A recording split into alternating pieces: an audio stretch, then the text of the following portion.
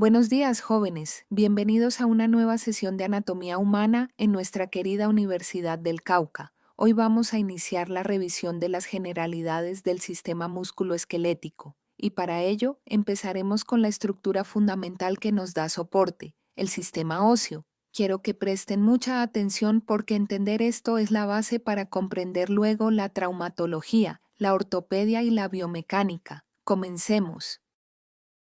Cuando hablamos de movimiento solemos pensar solo en los músculos, pero la realidad es que el movimiento es el resultado de una tríada perfecta. Tenemos unos elementos duros o pasivos que son los huesos. Ellos actúan como las palancas de una máquina, pero estas palancas no sirven de nada si no están conectadas, y ahí entran las articulaciones, que son los puntos de unión y bisagra. Finalmente, necesitamos el motor, los elementos elásticos y activos, que son los músculos. Quiero que se graben esto. El hueso es un tejido vivo y dinámico. No es una piedra inerte dentro del cuerpo, es el componente pasivo del movimiento, sí, pero biológicamente es muy activo. Ahora, ¿para qué nos sirven estos 206 huesos? Más allá de lo obvio, tenemos tres funciones pilares. Primero, el sostén. Piensen en el esqueleto como el chasis de un automóvil. Sin él, seríamos una masa de tejidos blandos en el suelo. Segundo, el movimiento. Como les dije, los huesos prestan sus superficies para que los músculos se inserten y tiren de ellos. Y tercero, y esto es vital en clínica, la protección. Observen cómo el cráneo protege el encéfalo o cómo la reja costal protege el corazón y los pulmones. Un trauma en estas zonas nos preocupa precisamente por lo que hay debajo del hueso. Entrando en materia estructural, el sistema de sostén corporal está formado por tejido óseo y cartílago. Clásicamente decimos que tenemos 206 huesos, pero ojo, esto es un estándar académico. En la vida real, ese número varía según la edad o la presencia de huesos sesamoideos o suturales extra. Para estudiarlo, dividimos el esqueleto en dos grandes grupos. En esta imagen coloreada lo ven claramente.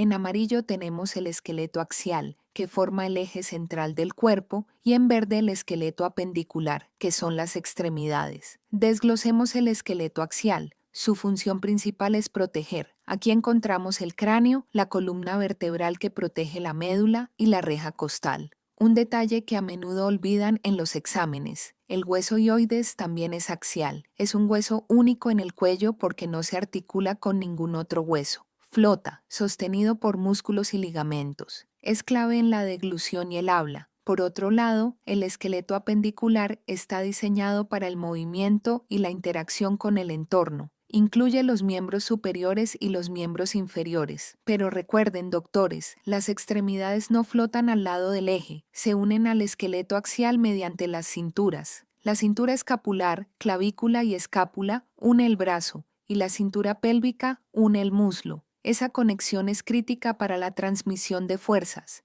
Si hacemos un corte al hueso, como ven en esta diapositiva, no es uniforme. Tenemos dos disposiciones arquitectónicas. En la periferia, observen esa capa densa y dura. Es el hueso compacto. Su función es soportar peso y resistir la compresión. Adentro, ven esa malla que parece una esponja. Es el hueso esponjoso o trabecular. Esas trabéculas no están puestas al azar. Se alinean siguiendo las líneas de fuerza y estrés mecánico. Además, en esos espacios es donde reside la médula ósea. Esta es una de las partes donde más se equivocan en los parciales. Vamos a clasificar los huesos según su forma, no su tamaño. Quiero que se fijen en las relaciones entre longitud, ancho y espesor. Empecemos con los huesos largos. La definición no es que sean grandes, sino que la longitud predomina sobre el ancho y el espesor.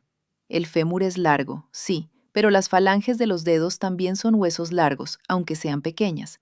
Tienen un cuerpo, diáfisis, y dos extremos, epífisis.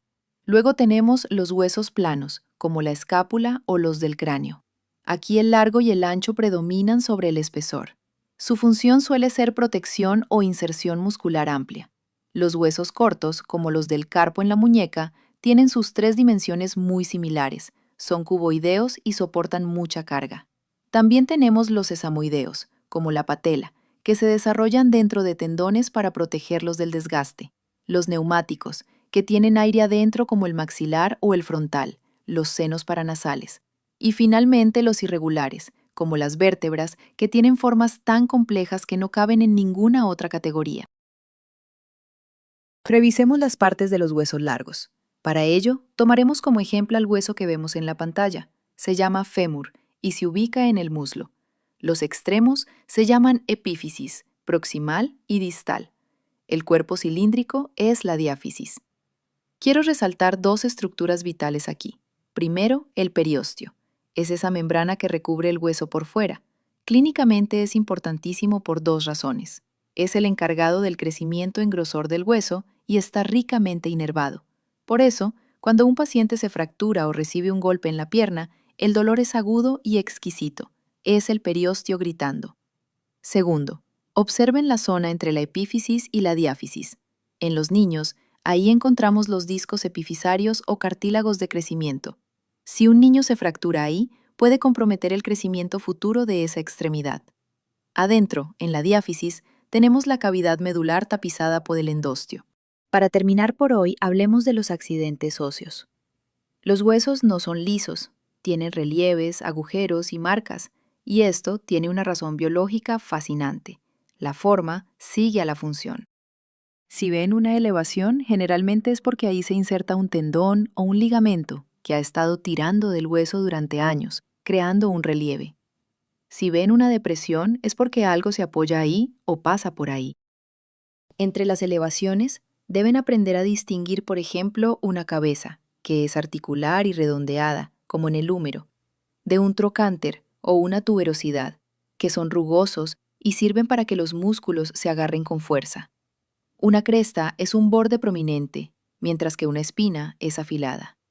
En el laboratorio vamos a palpar estas estructuras. Y en cuanto a las depresiones, es vital que reconozcan los forámenes.